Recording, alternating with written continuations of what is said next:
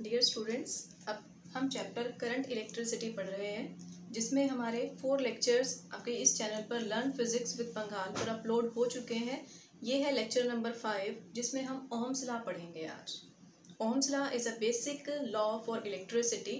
सबसे पहले इसकी स्टेटमेंट से हम स्टार्टिंग करेंगे। What it states that the current flowing and it is represented by symbol I through a conductor is directly proportional to potential difference V across the ends of conductor, provided physical conditions of the conductor such as temperature is kept constant।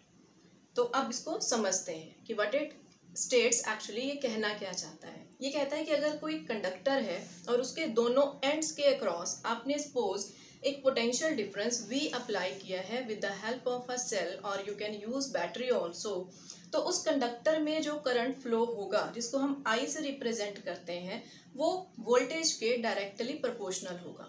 तो यहाँ से हमने ये condition हम लिख देते हैं I is directly proportional to V। But बात यहाँ तक नहीं है, इसके एक बहुत इंपॉर्टेंट कंडीशन है। इस लॉ को जस्टिफाई करने के लिए एक बेसिक कंडीशन क्या है कि जो टेम्परेचर है, टेम्परेचर फिजिकल कंडीशंस कंडक्टर की, यानी कि टेम्परेचर जो है that should be kept constant through out the observation.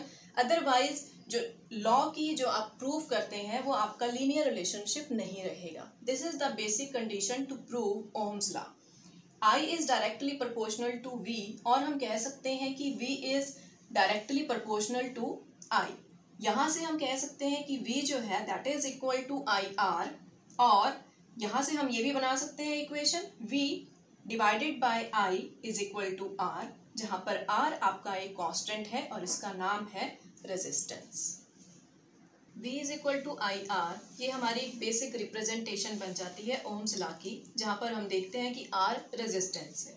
तो अगर V और I के बीच में ग्राफ प्लॉट किया जाए, whenever the two quantities are directly proportional to each other, the shape of the graph becomes linear. V is along horizontal and I is along vertical axis. इनके बीच में जब हम graph plot करेंगे, the shape becomes linear graph. V is equal to IR, इस equation को हम ऐसे भी लिख सकते हैं R is equal to V by I। तो हम कह सकते हैं कि जो R है, जो रेजिस्टेंस है, वो रेशो है वोल्टेज और करंट का। इस ग्राफ की हेल्प से हम किन्हीं भी दो पॉइंट के लिए, किन्हीं भी दो इंटरवल्स के लिए R की वैल्यू को कैलकुलेट कर सकते हैं by taking the ratio of V and I। उसके बाद आगे हम डिस्कस करते हैं कि जो रेजिस्टेंस है वो किस पर डिपेंड करता है, रेजिस्टेंस है क्या, इसको पढ़ेंगे अब हम कि रेजिस्टेंस एक्चुअल में है क्या।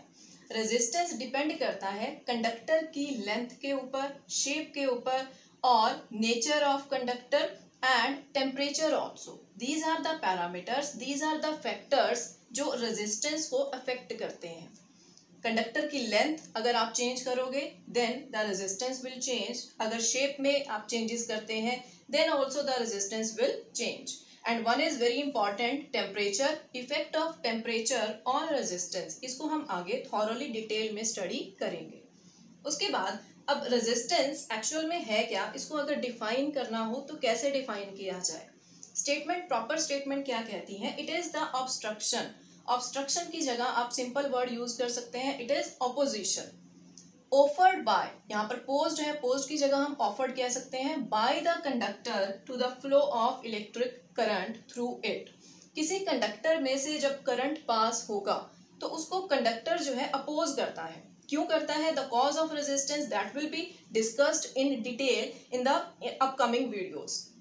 तो कंडक्टर जो है उसमें अपोज करेगा, it is the opposition offered by conductor, current के फ्लो को अपोज करेगा, उसको रेजिस्टेंस कहा जाता है। रेजिस्टेंस वर्ड बना है हमारा रेजिस्ट वर्ड से, रेजिस्ट से बना है रेजिस्टेंस। रेजिस्ट का मतलब होता है अपोज करना, तो वहां से बना रेजिस्टेंस। उसके बाद ऐसा यूनिट आप देखेंगे, it is ohm. Ohm is the name of scientist and this is the symbol. Symbol इस तरह से बनेगा ओम के लिए। ओम का अगर फॉर्मूला आप लिखेंगे, it will be 1 ohm is equal to 1 volt by 1 ampere, और इन सिंबल फॉर्म वोल्ट के लिए हम V यूज करते हैं, एम्पियर के लिए A यूज किया जाता है, तो इट बिकम्स वोल्ट पर एम्पियर।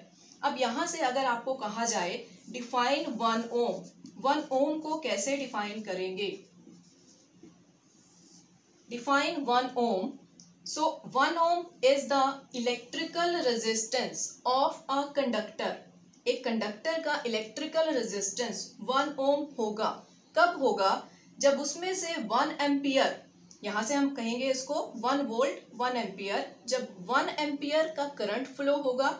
और 1 एम्पियर करंट कब फ्लो होगा? जब उसके एंड्स के अक्रॉस 1 वोल्ट का पोटेंशियल डिफरेंस अप्लाइड होगा. तो उस कंडीशन पर जो रेजिस्टेंस होगा दैट विल बी 1 ओम.